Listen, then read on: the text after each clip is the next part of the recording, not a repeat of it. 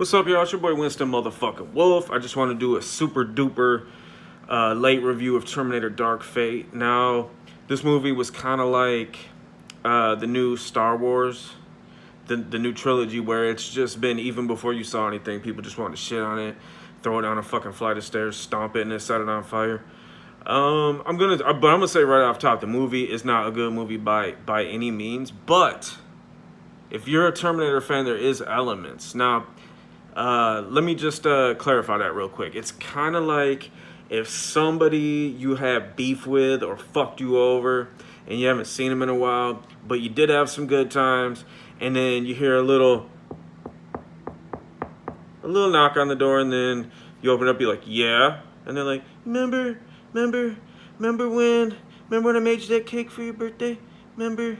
And you're still pissed, and you're still like, yeah, you're a motherfucker, but yeah, you did make that fucking good-ass red velvet cake for me for my birthday. So, I mean, you know, at least we can hang our hats on that. So, let me just elaborate on that. First of all, Mackenzie Davis, I think that's her fucking name. I can't remember, but I haven't watched the last season of *Halt and Catch Fire*. She was great in that. She was good in the last Blade Runner. She's good in it. I was expecting to shit all over her, straight up. Everybody was ready to fucking roast her. Everybody was like, this is some SJW shit. She got her hair cut like a boy, blah, blah.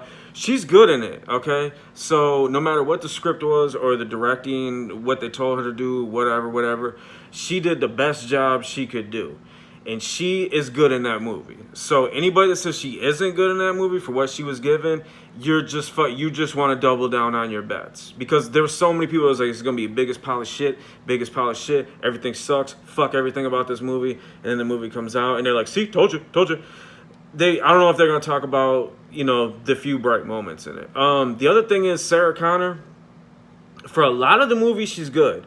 But for some of the movie, it seems like maybe it was shot out of sequence, or maybe it was shot in sequence. And because the early scenes, they don't really click with her. But then as the movie goes on, you can tell she gets into the Sarah Connor character. So I don't know if they shot it in sequence, some of it, and which they don't do with almost all movies. They do not shoot them in sequence. But with this, it felt like it kind of took her a little bit to get back into the Sarah Connor character, but then you start seeing shades of it. You see that she gets real comfortable with it. The other thing is, I know why it's rated R, because of they just say fuck a whole lot. So they fucking blew that chance of really taking it back to Terminator 1 and really giving us some fucking gory shit. But okay, let me get back to the good shit, because I kind of strayed from the good shit into the bad shit. But Sarah Connor, Mackenzie was good. I'm not gonna front, man. The fucking Gabriel Luna, or whatever his name is, the fucking dude that plays the new Terminator that splits into two, I don't like that design. I think the CGI fucking sucks. But he also grew on me. I don't know. It seems like they shot the shit in fucking sequence. And it can't be the writing, because the writing isn't that good. A lot of it isn't that good. But both of those characters, the Sarah Connor character and the new Terminator, as fucking time goes on, you start to like the actor and the character mix. Well, I mean, you always love Sarah Connor, but it just seems like it took her a while to get back on the bike. And then probably about half an hour until you're like, okay, she's Sarah Connor again. But the other dude, I was with my arms crossed, like, I fucking hate this dude. And then throughout the movie, I'm like, okay, I said okay, but he starts to get into it. So I don't know.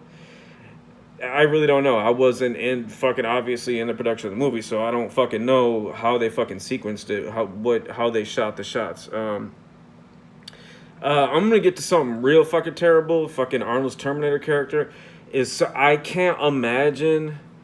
Okay, I'm gonna tell you straight up. Okay, so the fucking Terminator kills John Connor in the beginning, and then like a year after he kills John Connor, because Skynet just keeps sending fucking Terminators back. A year after he kills John Connor, because Terminators are programmed to be human and shit, or study humans. This motherfucker, he's telling the story to Sarah Connor and them because they find him up in a cabin in the woods. He's like, and then after I killed John Connor, a year later, I met a woman who was being beat by her husband, and she had she had a son, and fucking, we got married, and I raised the son. And it's just, you're like, what? You got, okay, so what happened to the woman? Oh, they're still married. They've been married for like 30-some fucking years. 20-something years or whatever. He raised the son. And it's like, they don't specify whether fucking she knows whether he's a fucking Terminator or not. You assume not. But then it's like, what about him never eating? What about him never taking a fucking dump? What about... It just brings up more questions, and it's fucking mad odd. And then there's a fucking other scene that's just completely fucking batshit nonsensical. Is fucking Sarah Connor just magically has this fucking connect with the government, with the U.S. government, that just brings her like these EMP devices. Now, I don't know how this dude could just grab these fucking devices and just get them out without explaining to anybody, this fucking general. But somehow he's by himself. He meets Sarah Connor and them in a fucking warehouse. He's got these 2 EMP devices. I don't know if it's 1 or 2, but it's like in 2 pieces in a fucking case. And he's just like, you wouldn't be allowed to, I don't give a fuck what your ranking is. They ain't just going to be like, oh yeah, see you fucking chief with those fucking EMP devices that can cause mass destruction. Yeah, we're not going to ask you where you're taking it. Just, we trust you. So he takes it there, and then the fucking Terminator follows him, shows up. He shoots the fucking general. The general radios ahead because the fucking Terminator's chasing him, kind of like the end of T2 when he's in the helicopter. It's almost the same scene. And so they go to some military base. They hop in a fucking cargo plane to try to escape. And the fucking general just tells everybody, like, hey, don't worry, they're fucking assets. They're fucking friends of mine. Let them take this giant cargo fucking government helicopter that can fit like fucking 5 tanks. Yeah, just let them fly off with it. It's fucking all good. Don't worry about it. They're fucking friends of mine. There's so many fucking scenes. Maybe there was like some little dialogue in there to kind of explain that shit. But even if it was, I don't know.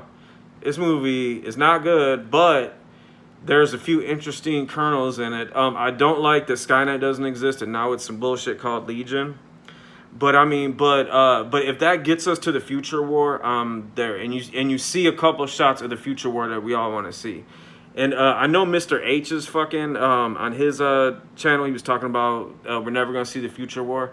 I don't know, man. I think if people bitch and complain enough, and since they've already wore out every idea of, okay, we're gonna send this motherfucking Terminator back to protect John, Sarah, or whoever the leader of the fucking future resistance is. I think they've beat that to fucking death. I think pretty much, hopefully they realize that's the only place they can go with some kind of future war. And hopefully we get to see that, because that's all anybody wants to see is the fucking skeleton Terminators just stomping on fucking skulls and John Connor with the fucking scar on his face. That's what you want to see. It's what anybody wants to see. And I'm hoping that they realize that they ran out of all other ideas and they just go towards that. But the final most terrible thing is the fucking girl, like Danny something, that's supposed to be the new leader of the fucking resistance. You had Edward Furlong. You had John Connor. I don't give a fuck how bad Edward Furlong looks. I don't give a fuck how hungover he is. God damn it, you use that fucking de-aging shit that they do in the... Okay, in the beginning of the movie, you see Sarah Connor from T2, John Connor from T2. They do the fucking de-aging shit to fucking Linda Hamilton and fucking Edward Furlong. It looks fucking great. It looks fucking great. You could have got a whole nother movie out of that shit. Hopefully, they fucking realize that. But yo, this new fucking leader of the resistance, Danny something, if you look at, even though in movies, every movie is like hour and a half, 2 hours long, and like, a lot of them cover like a lot of time. This is one of those movies where it happens like in a day or two.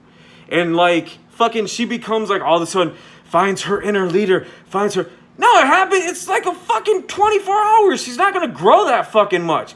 Her mind is going to be blown. Like, why the fuck are these fucking robots? Why the fuck is this fucking tall, skinny, blonde chick fucking having me run from this crazy motherfucker? What the fuck? Yo, it's going to take her a while to fucking register what the fuck's going on in her life. She ain't going to just all of a sudden turn this future leader in 24 fucking hours. So, but she is terrible. The actress they got to play her is terrible. The writing for the character is terrible. The pacing of it's terrible. I hope she dies. I hope they do another time travel, something or other, and just give us the John Connor versus Skynet. Fuck that Legion shit. John Connor versus Skynet future war. Give us that shit. That's all we want. Hopefully Mr. H was wrong about that, because he had, like, if on his channel, he's got a really good theory on why we'll never see that. Basically comes down to money and greed and all that shit. But I mean, I'm thinking if you can Nowadays, because this movie was supposed to take place after Terminator 2, as if the other Terminators didn't exist. And then we were going to have, in the Alien universe, they were going to have the new Alien movie that was going to pretend that Alien 3 and Alien Resurrection didn't happen. Where fucking Newt, Ripley, and fucking Hicks lived. So fucking nowadays that we live in a time where studios are willing to be like, you know what, let's just fuck it. Even though those movies exist, we're just gonna say that they didn't exist. You can do it. No one's gonna be mad at you for doing that shit. Give us the fucking future war. Terminator Dark Fate. I think if you're a Terminator fan, again, if you have a fucking soft spot for fucking Terminator, and the fact that Linda Hamilton came back, and of course Arnold's in it, and fucking Eddie Furlong, dude, Edward Furlong, dude, that's like probably the number one reason I wanted to watch it. And he's in it for a fucking cunt hair, man. He's in it for literally 30 seconds, but it's the young Edward Furlong with the fucking swooshy hair from part 2 and shit. So, I mean, they got me with that because T1, T2, that holds a special place in everyone's heart if you love Terminator. And you will always hang on to that. And just like how everybody's shitting on Star Wars, you just hang on to that small thread. You know, you hang on for those little nuggets that just make you feel like you used to feel with that shit. So, I mean, if you're a true Terminator fan, of course you're going to watch it, but it does have a couple little things that'll make you happy in it. And I just want to say also, Tim Miller, damn, man, I remember when he got fired off of Deadpool 2, and everybody was like, Ryan Reynolds forced him out. And I remember being like, damn, directors bring so much to a movie that if you get rid of a director after a big success, and you have that fucking chemistry and everything, I thought Deadpool 2 was going to be a disaster. When I saw Deadpool 2, fuck, I can't even talk. Deadpool 2, I was like, damn, this is good as fuck. And then hearing that Tim Miller was going to fucking Terminator, I was like, hell yeah, because fucking Deadpool 1 was good.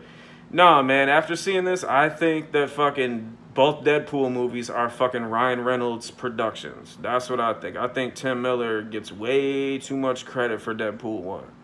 So anybody hoping that he's going to bring that Deadpool 1 element to it of just surprise and entertainment, don't keep your hopes up high. But Terminator Dark Fate, I gave it 2 dog bones. Nah, about a dog bone and a half. But just the fact that they brought back young Sarah Connor from T2 and young Edward Furlong in the very beginning, that shit right there, I should have just watched it and then shut it off and be like, ah, man, the new Terminator was great. I mean, it was only 3 minutes long, but fuck it.